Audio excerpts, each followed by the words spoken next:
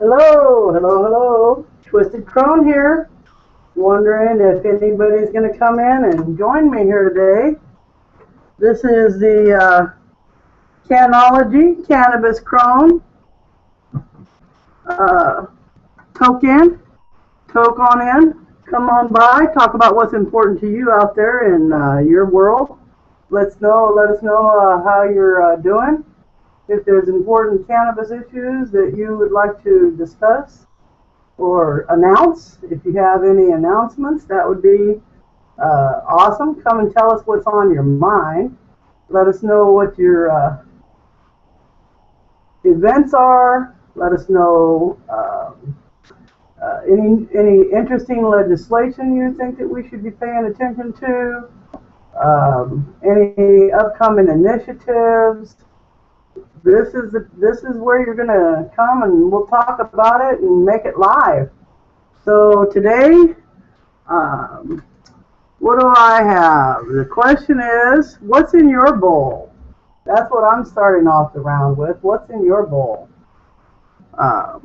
Let's see. Today I have a little house blend. I'm blending up here.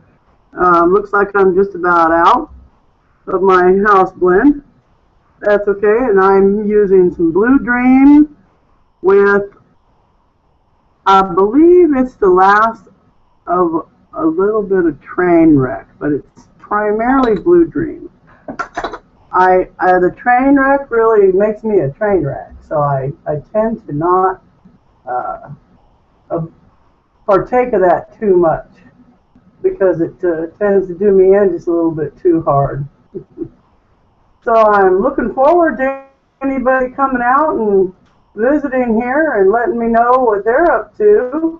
Really like to see some people join in the conversation, let me know what they're up to. And I know we have a lot of community members on the Cannabis Cronies group on the G+, as well as Loki Jen over there with Canology. I was hoping to get a couple of people to come in here and talk about what's going on at their local times. I know that Loki Jen there at the Canology, he's had a couple of things going on over there. Right now, I've been noticing there's a lot of states that are really jumping on board for the medical cannabis, and I'm really happy about that because the more that we can get people to talk about it and accept it and understand that it is medicine, the better off that we are. So anyway, this is the Twisted Crone. Looking for cannabis cronies that want to come and join today's discussion. This is open token talk here. So come on by, tell us what's in your bowl, and let us know what's going on in your cannabis world.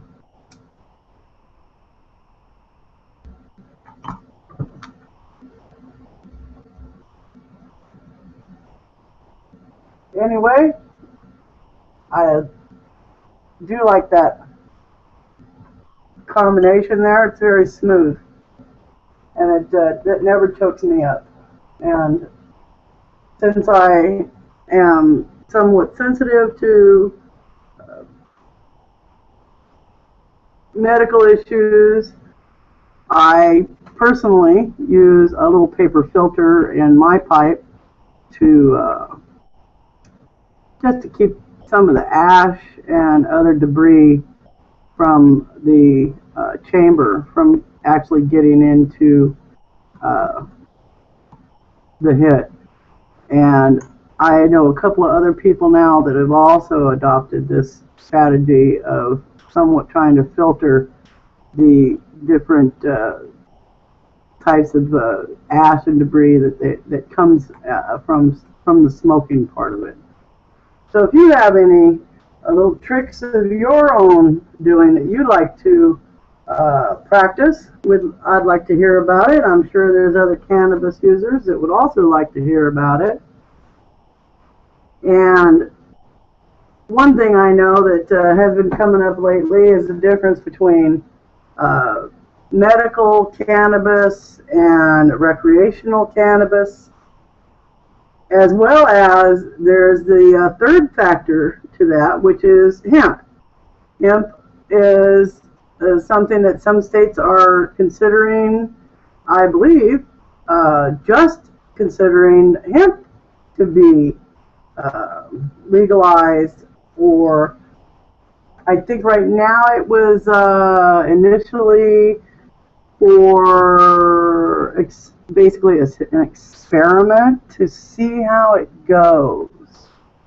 I'm hoping, of course, that experiment pans out really well and some people can see how exciting it would be for our country to legalize hemp production and get that hemp world opened up to the United States, because right now we could use it. We could put our farmers to work.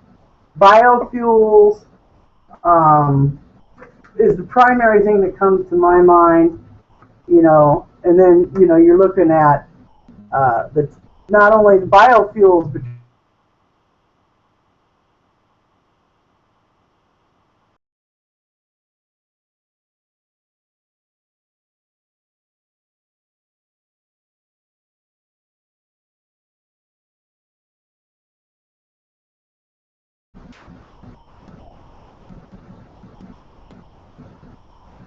and in this case, I know that the people that are probably fighting the hardest to keep cannabis and its components illegal are the people who are benefiting the most from the aspects that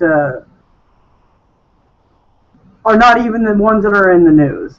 People are not paying attention to the parts of the cannabis world that is, probably the biggest money makers, because the focus has been, and deliberately has been, put on people wanting to get high, as if that were the genuine concern for the benefit of the health of the people. Oh, they want to get high and they're going to run rampant on society and so on and so forth. Because as long as they keep the focus on those aspects of cannabis, that marijuana is going to destroy our nation, the truth, which is the hemp could save our nation, isn't being looked at all. And so that is, I believe, the question that really needs to be asked. The hard question that needs to be asked to the naysayers is, where's the money? Where's the money? And that's where they need to focus what's really going on, not only with what's available to us as information, but also what's going on campaign-wise to let people know, what the his app says. And I'm still hoping that Loki Jen, I'm going to look for him and see if I can find him. I really thought he'd be here and thought he'd have a couple of things that he wanted to talk about that was going on. I'm looking for a couple of other people that were going to show up, hoping they come in today. Was looking for a couple of regulars that had been talking about some really good issues. Steve had some really good points that I wanted to bring up from the cannabis group, the Cannabian Cronies. He had made a couple of really good points, as well as Gasper and let's see. I did not make any notes, and I'm really apologizing for that, because I was hoping and expecting that the people themselves would show up and discuss the things that they had posted. But I do know that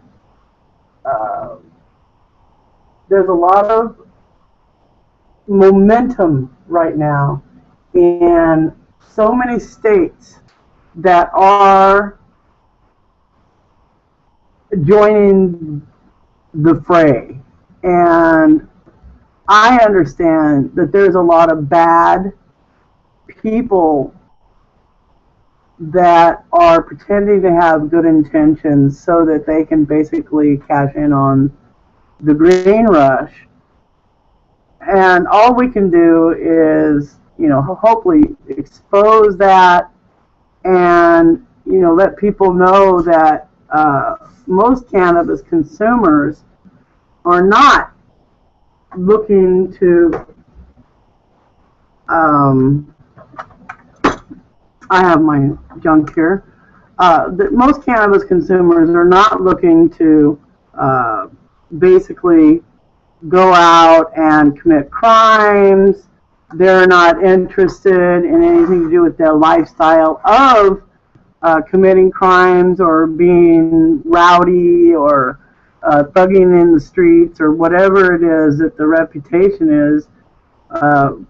And also, I have more than a few really talented group members that prove on a daily basis that cannabis consumers are not a bunch of lazy, shiftless, no goods with nothing better to do, and that they spend all their time sitting in front of the TV eating or drooling on themselves, as some of them have portrayed that the people are literally dribbling food down their fronts of themselves as they're mindlessly zombified in front of the YouTubes or in whatever the videos are that they're showing.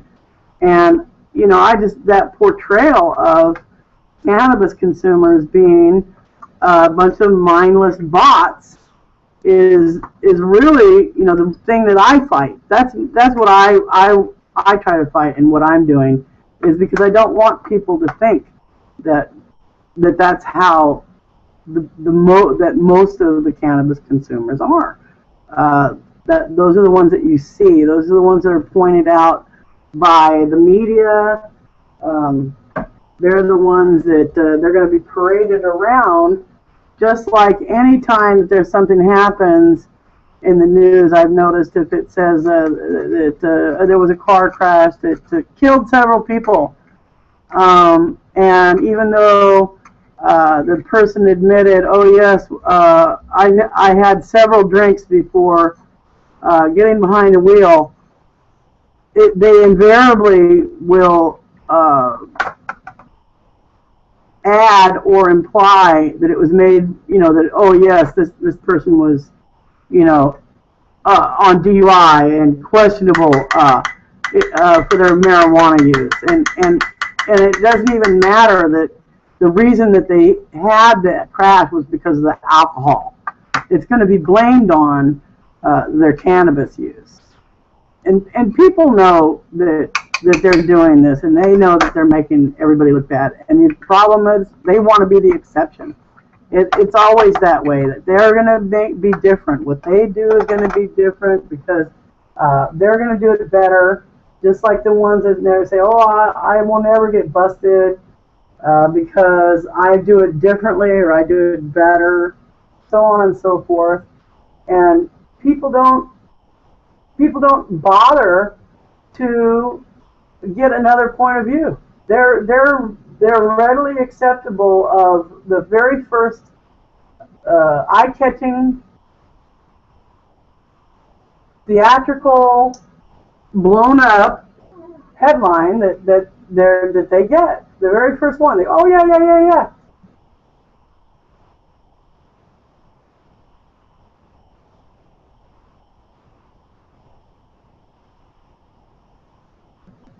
Oh, I see here, it looks like Steve was trying to join us.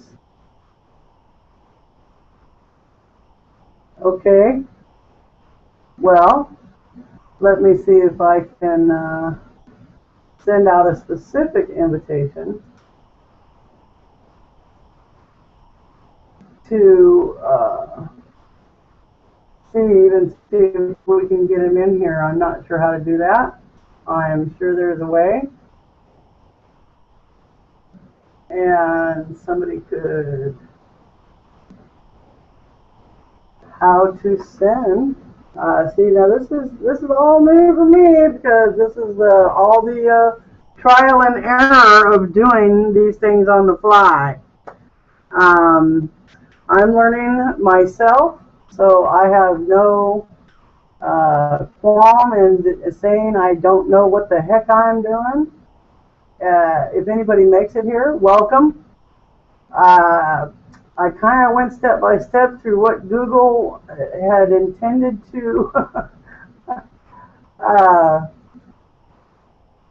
I'm not really sure exactly what I'm doing, but I keep trying. I see it says I have another viewer. If I do, hello and welcome. I am the Twisted Crone, and this is the Cannabis Cronies Chronology Open Toke. The question on the table today is, what's in your bowl? And again, I'll go through it. I've got a little Blue Dreams mixed with a little house blend here. I'm currently down to the nubbins and mixing myself up a new batch.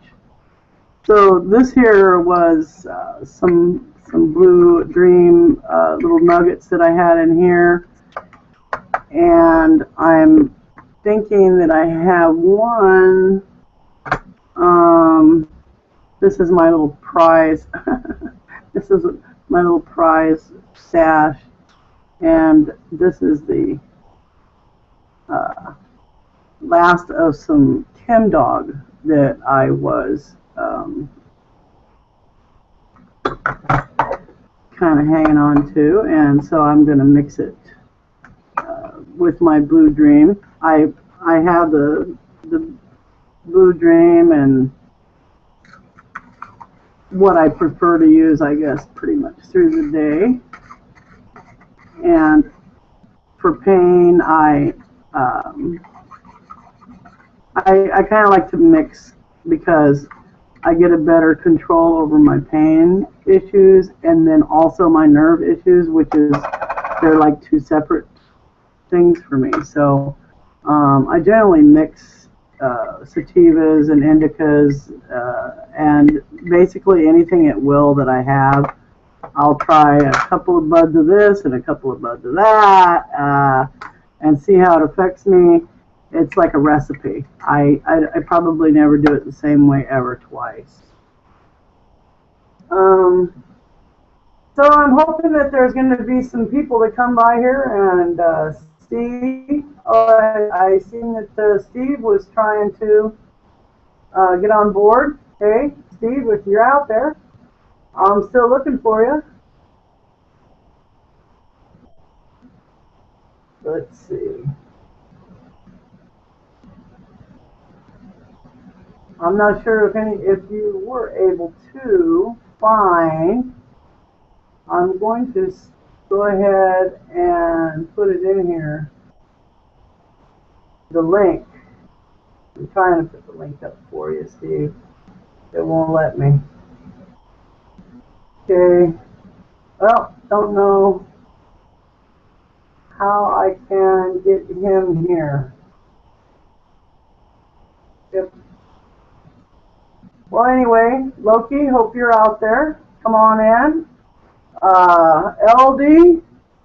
LD, looking for LD, was hoping they were going to come by here, LD Green, and had some issues, I know, that a couple of people had wanted to talk about things that were going on in what was Oregon, or was it Oregon? I believe in Oregon, that there was some issues about what was going on up there.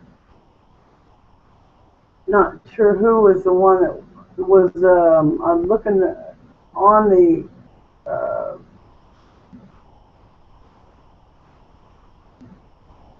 website, on the Google Plus, on the group, to see if I could find where the issues were that they could talk about it, and I was going to go ahead and discuss what it was that they had posted about. But of course, you know, whenever you're looking for something like that, you can't find it. That's how it goes. Oh, let's see. Colorado, they're kicking the marijuana. They're kicking the marijuana around over there.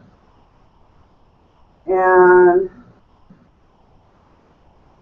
he's the one, and the governor there, John, is Hickenlooper, what a name. He was opposed to the marijuana legislation, and now he's the one charged with implementing. That's kind of funny. Somebody posted that on the Cannabis Cronies. I guess that's interesting. Jasper is one of the moderators on the Cannabis Cronies group page, and of course he's always posting really excellent posts. And it looks like, well, I see. Okay, well, what I'm going to do, Steve, he says that he can't join. I'm going to go see if I can send you an invitation, Steve. Let me get in there and see if I can do that. I'm still trying to do that. I haven't been, I thought I was successful for a moment.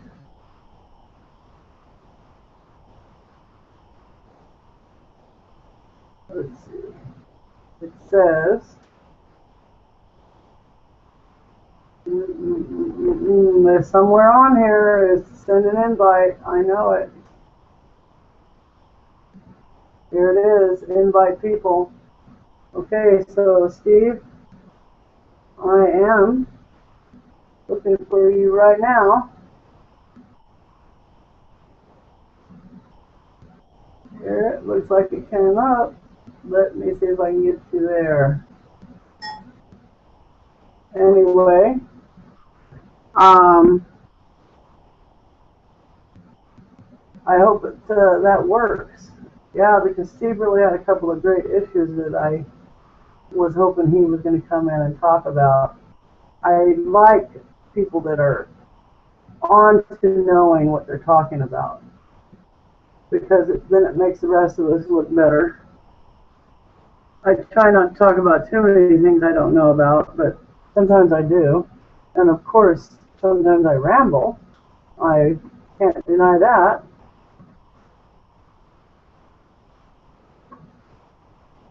So back to my answering of the question, I will say, I'm over here to talk about, I like people that are on to knowing what they're talking about, because then it makes the rest of us look better.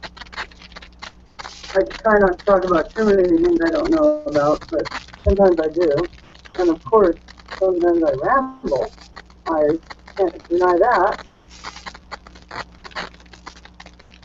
Hey. Can you hear me now, Lita? So hey. Answering the question, I will say,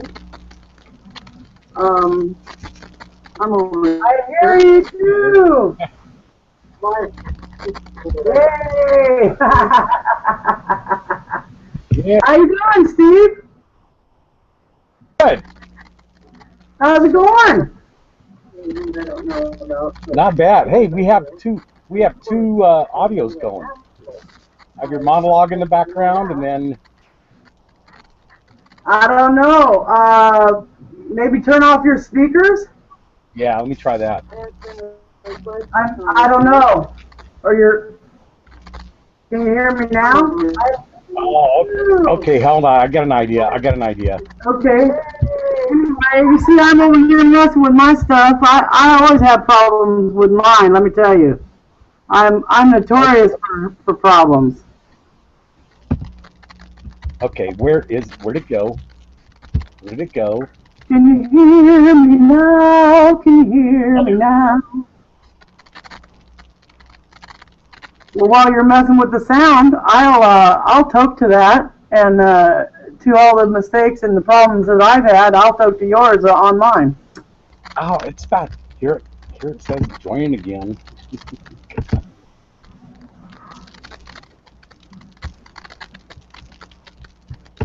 Oh, I'm already in it. And the other call. What happened? I lost you, man. Okay, now I'm back in. Hey, I lost you. Hey, you back? Can you hear me now? What happened was I had the other hangout going in the background, and the audio was, of course, like 30-second, 40-second delay going through YouTube. And I kept hearing you going, "Hey, he joined! Hey, he joined!" It was just repeating. And where's this coming from? Well, hey, I'm glad you came. How you doing? What's going on? Oh, not much. Just baking here in the sun up in Washington. It's great growing. It's a great growing season, let me tell you. Washington, yes, yay! Cool. So how's that going? How's that going up there? It's going good. We finally, they had 4 months to spare. We got retail stores opened up, a couple of them, and they promptly ran out. And within a day.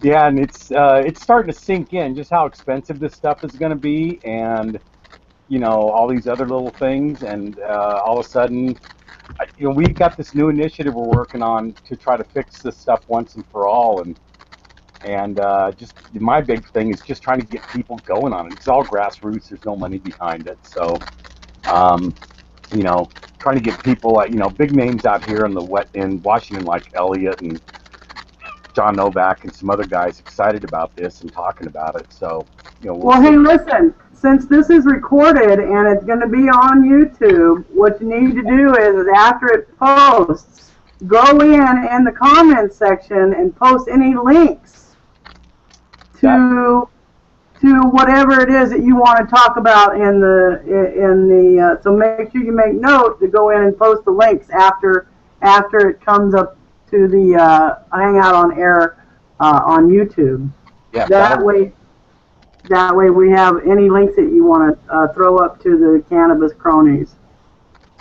So tell me, what is it going for? If you can give me an approximation. You said it was a lot of high prices. So what do you give for a gram or a quarter or whatever? Well, when the stores first opened up, one of them limited 1 gram per person. That was it for the entire day. Another store said 2 grams. And like I say, they ran out pretty quick, but there's more bumper crops coming. They're probably already in the stores by now. It's going $35-40 an ounce. I mean, a gram, sorry. A gram? A gram, yeah, 35 to 45 a gram. Oh my Lord! And when you look at that and you say, okay, well, that's just the market, right? Well, you got to figure there's a 50% excise tax minimum built into that. The way the excise tax works here in Washington is the grower, if he gives it to a processor, which is like a person that dries it or makes oil from it or something, there's a 25% excise tax paid on that transaction. Then when the processor gets done packaging it and has it ready for the retailer, that's another 25% excise tax. And then when the consumer comes in and buys it, it's a third 25%. So if you're a grower processor, then it's only 50% total because you're growing and processing it yourself. But people that make medibles or edibles and things like that, yeah, they'll be an extra 25% on that. And so right now, if it's going 35, 45 a gram, then we're estimating that the grower's getting like maybe $3 a gram at most for his product. That's And crazy. and the medical community, it's $10 a gram, sometimes as low as 8. Rarely Yeah, is. that's about. I would say that's about what it is here. Yeah, same. Yep. And so it works out pretty good. It works out pretty good. We're excited here, and of course we darn near lost medical last year, at the beginning of 2014. Sorry, legislature came within 1 day of voting to basically let people grow only 3 plants total, and only possess a certain amount, and just some really restrictive medical. It would have just totally wiped out medical in the state. Well, we have to keep that fresh. We have to keep that fresh in the medical community. Yeah, the interesting thing, the interesting thing is that the only thing that stopped the legislature, because this was like it was part of the budget bill, so it was a must-pass piece of amendment that was in there, and so about the day before the end of the session, when they were going to take their final vote, a gentleman here in Seattle released to the TV stations, the newspapers, and emailed all of the legislators a list of all of the secret license plate numbers in the state. Now, what that meant was essentially this gentleman had been doing a bunch of FOIA requests, and he was accidentally sent an unredacted list of all of the private license plate numbers that are. Oh. Now, Oh.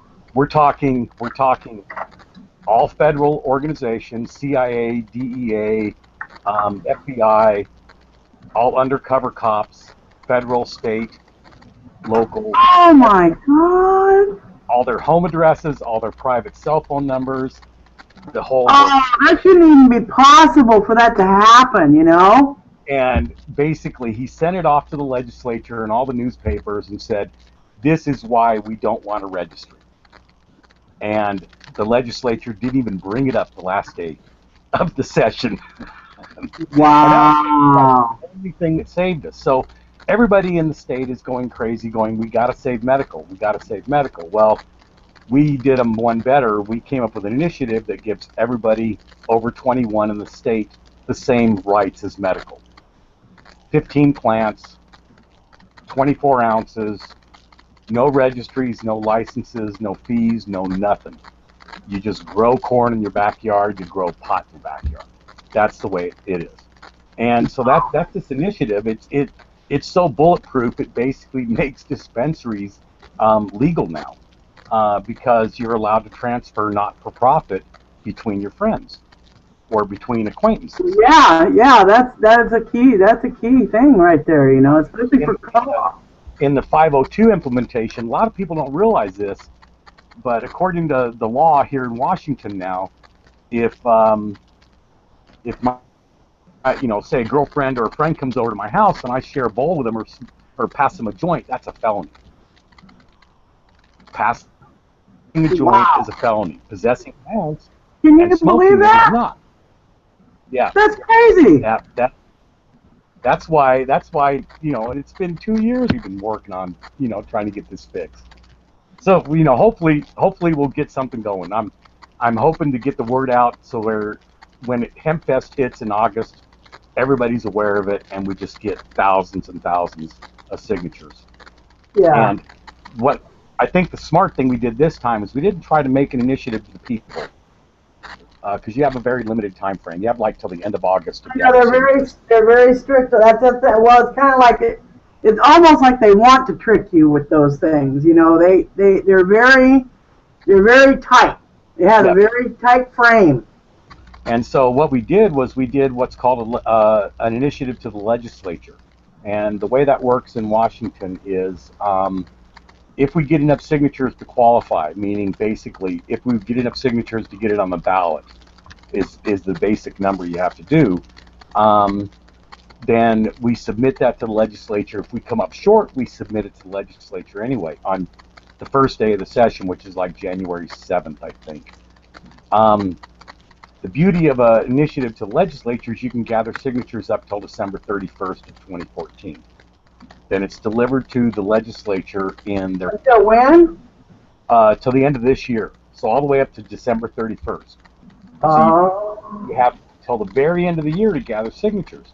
Then you submit to the legislature what you have, and if it qualifies as the number of valid signatures, then the legislature can only do a certain number of things.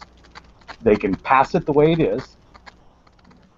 They can say, send it to the people, and it goes on the ballot in 2015 automatically with no changes allowed. Or their third choice is come up with their own version of the law. But that doesn't negate our initiative, and ours still goes on the ballot. Theirs also has to go on the ballot. It can't become law just because they say they want it to be. It has to be put before the people for a vote. So if they change it like in a way nobody likes, it won't pass. Well, that's the sneaky part, is so many of them are trying to change those rules. Yes. About who gets to change the rules. Exactly. That's what they're up to, is they keep trying to sneak in there and change the rules. Yeah, and unfortunately, in Colorado they did an amendment to the Constitution. Okay, that can't be undone. Okay, but when you do an initiative, voted on by the people, the legislature can change that law in 2 years. They have 2 years that they have to leave it alone. So, but of course we can't change the law to, we can't vote on giving the people the ability to modify our Constitution. The legislature has to grant that right. So there's no way the people in Washington can vote to be able to change the Constitution, and amend the Constitution type of thing. So, this is the best way to, this is the best way we can guarantee that the people have a chance to vote on what they want. So we'll see. Fingers crossed. Well, all we can do is here's the thing of it, and this is my whole point of wanting to do the hangouts and wanting to get people to talk about it, because the more we talk about it, the more acceptable it is to talk about it. Right. And that's what we have to do. We have to keep on getting people out there, basically sharing information like what you're talking about right now, and not be afraid. Right. And the atmosphere is still very much reefer madness. Ooh, them marijuana users are just out there trying to get high, and they're going to come in, and they're going to rape our cats, and they're going to eat our children. And it's everywhere. It's almost a panic in some law enforcement circles, where I see them blaming cannabis for every crime they possibly can. And especially here in my little area, my neck of the woods, there is a lot of that kind of cowboy flavor to our law enforcement. Oh, where yeah. I've heard of Shasta. I've heard of the police up there.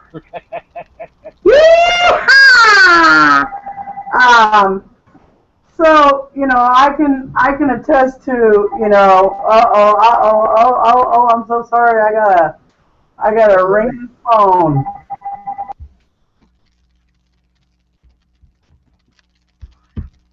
Oh. So while you're doing that, I'll fill some more details. So some of the other things we've done, the main thing we did is we tried to set up the whole online presence of the initiative such that people can come in and take whatever parts of it they want and use it themselves. And we're trying to set up a whole web environment for them to be able to do those kinds of things in with the communities and things like Cannabis Cronies, the communities and things like that. So Right. to expand a bit on the initiative, just to give some more details, we basically give minors, if it's not illegal for an adult to do it, any first offense for a minor is a civil penalty only, not criminal. What? And so that's, and anything that may possibly be illegal for an adult, they get a one-off. They get like, okay, you're forgiven this one time, but you do it again, you're going in with the pedophiles or whatever. So so that's really cool, because it really gives minors a chance, because there's a zero tolerance here. If there's any measurable amounts in their blood when they're driving, they're done. Their history, they're toast. So there's that part of it. The other one is that anybody with past marijuana convictions can now apply to vacate those convictions and have them, taken completely off their record, so they don't have a misdemeanor or felony conviction anymore. So as long as it's a state level type offense, not federal, of course. And so that basically lets people clean up their records, get everything taken care of. And then the third thing we did is this 5 nanogram DUI thing is a bunch of crud. But I heard about that. Oh, I heard about that. What the hell? And they claim that, if the people take your blood, they claim if you haven't smoked anything in 3 hours, you're fine. And I don't know. You get some heavy medical users, and man, Yeah. Well, what about the people who don't smoke it? Exactly. They use edibles. Right. That is a whole nother question. Oh yeah. And so basically, what we do is we say the 5 nanogram limit does not apply to medical patients. So, well, let me tell you this. I remember. I'm kind of dating myself, or I'm old enough to remember. However you want to look at the little pod. Same here. I remember specifically prescriptions that came with a multitude of warning labels down the side. One of which always said, use caution when using this medication while using machinery or heavy equipment until you know how this medication is going to affect your motor skills. Oh yeah. And it's like, how many people get busted for driving on Oxycontin, I don't know. That's an interesting question, though, and I would actually like to know that statistic. Yeah, probably 0. I don't know. There's been, I know for a fact, at least one, not local here in my exact area, but within the Northern California area, and the woman was flat blasted on prescription drugs, and I do believe there was a fatality involved. Yeah, if you're in some sort of accident, I can definitely see where they would test and definitely get you in trouble. And if you tested positive, you'd have a problem, I'm sure. And fatalities, that's terrible. I mean, because people can get really lit on that stuff and not even know it. Oh yeah. Well, yes, I came from my stepmother. May her soul rot in hell. Was when let me put it this way: when the movie Star Wars came out, I couldn't even hold it back, and I was actually in the theater, and I actually said out loud, "Oh my God! They made Jabba the Hutt after my stepmother Pat!"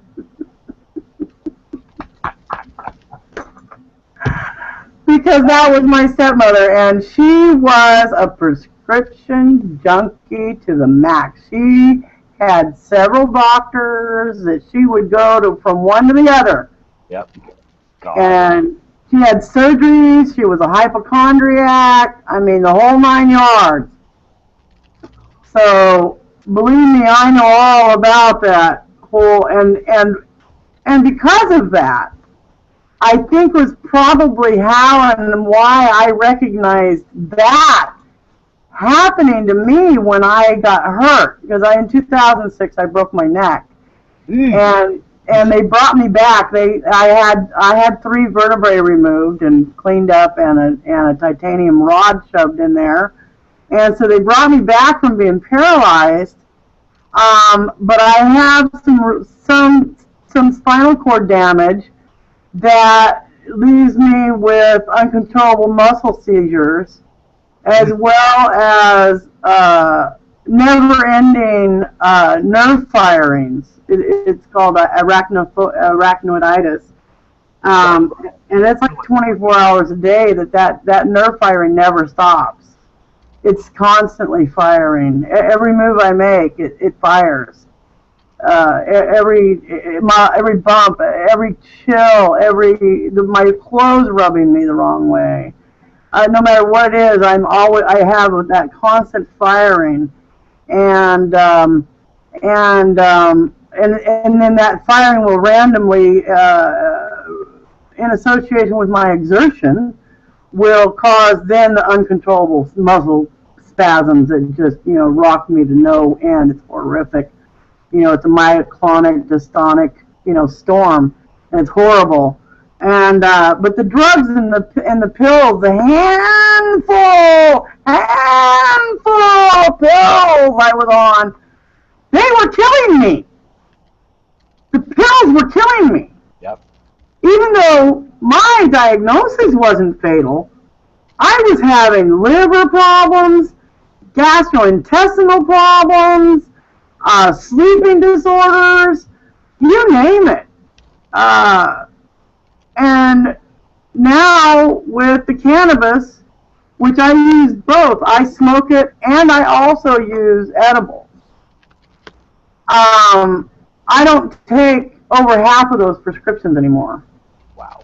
And the few that I do, I use them sparingly, only as needed type of basis. Wow. That's man. Did it take it away? No, it didn't take it away. There's nothing on the planet that can ever take it away. Nothing. But does it make it more bearable? Yes. Yes, it does. Am I happier? Yes. Yes, I am. With the cocktails of opiates and just the unbelievable, nerve chemicals and everything else that I was on, none of those things took it away either. None of them took it away. It's nothing's taking it away. but this is better. Yeah, like you were saying, the pills were slowly, actually fairly quickly killing you. Yes. Right. So my quality of life really sucked. And with cannabis, it's much better. Thank you very much. I'll get off my soapbox. obviously, I mean, I get the feeling when you were younger, you'd use cannabis as a teenager and stuff. Were you an adult user very much before your accident? No. I did go, I did go through my, the teen, let's smoke a doobie, who's got a dime bag, that kind of thing, Of course, back then we had 4-finger lids. Again, I think I just dated myself. Yep. No. I think my first time was around 71, 72. I remember the first time I got a Thai stick. Oh, 10 billion? Wow. Trying to get all them freaking seeds out of You're like, wait a minute. Where's the seeds? Anyway, so, yes, the issues that have been going around since then and now have not changed that much. Oh, yeah. Yeah.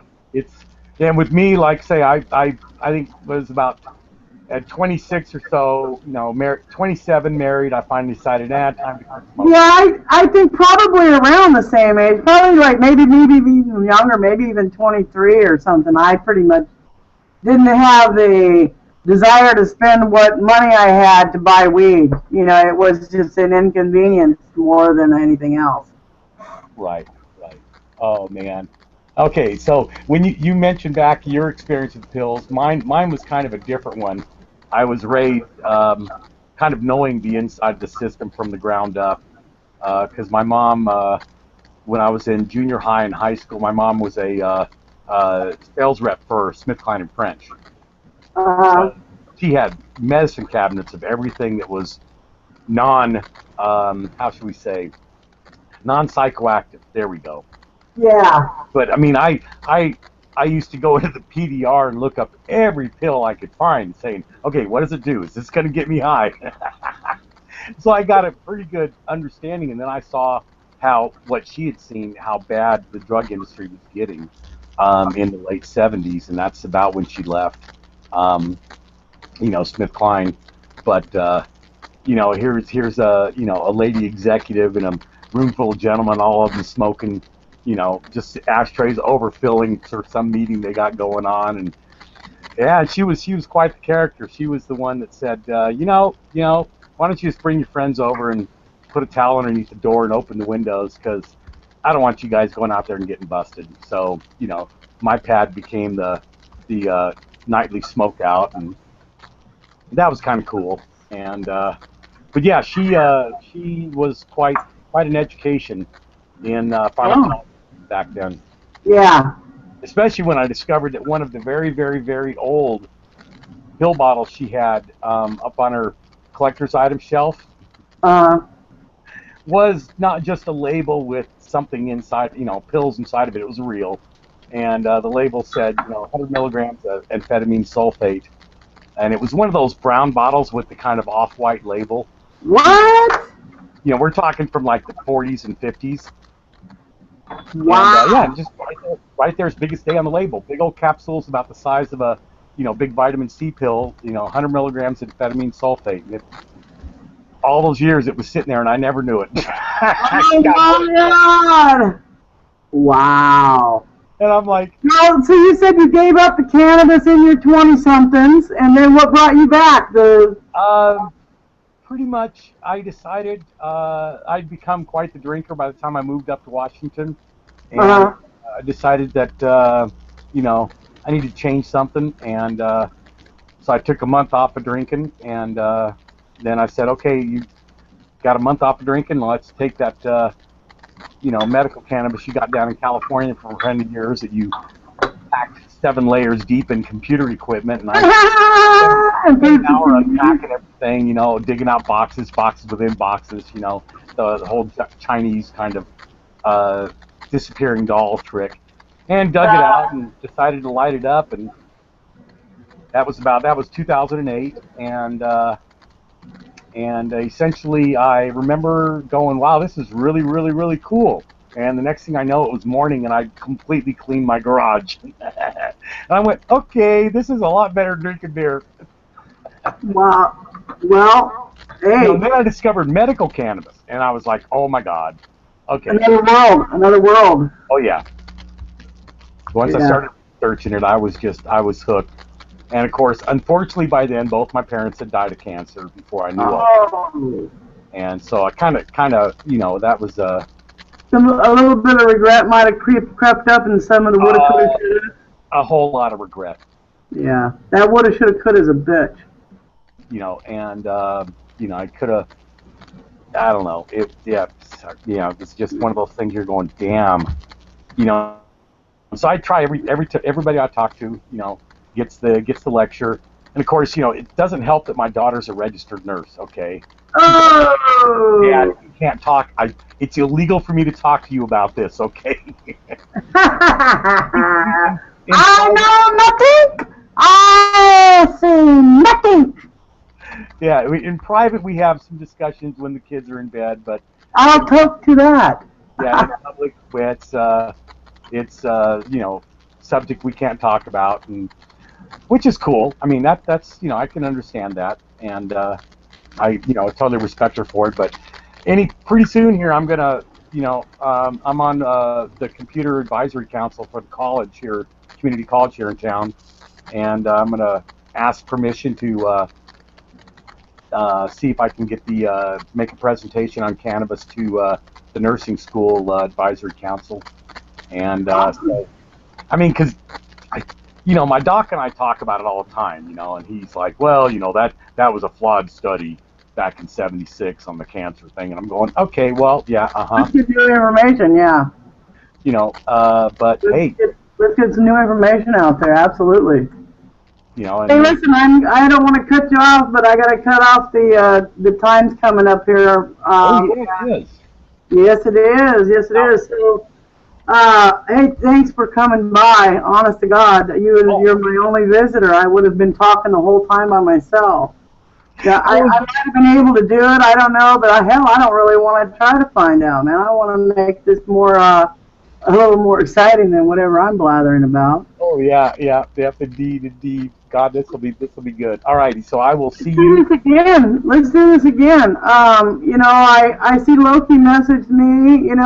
He missed it for whatever, and let's make an arrangement. Let's do this again, okay? Oh, definitely. I don't know if we can make it weekly or whatever. Maybe we can try to make it at least maybe bi-monthly or something. I would like to shoot for weekly because I think we can start. Yeah, let's give it a shot. We'll try. Let's hook up with Loki and see if we can pull something off on a weekly. Yep, and we'll get a hold of Mike too. Sounds good. Okay, we'll see what we can do. It's good talking to you, and I'll talk to that. Thanks for coming by. Hey, what's in your bowl, Steve? What's in your bowl? Oh yeah, let's see. I did a mixture house blend like you of some Hawaiian ice. Some lemon skunk, which is supposed to be a sativa, and it's a little bit, not as much as I'd like. And I mixed it in with a little bit of Godbud to really put a mellow edge to it, and it knocks you on your butt. It's good stuff. Good stuff. Yeah, this train wreck here. These are my smallest buds that I have left here. Some of these were almost like maybe 3 of this size were in one. Wow. But man, it was like that. It knocked me down and rolled me around and flattened me out. Yeah. Oh, the good old way. Right. Okay, well, I will see you. Okay, well, this is the Twisted Crone and Steve Perk. Thanks again for coming by. See you again next time. Peace out and talk to you. I'll talk to that.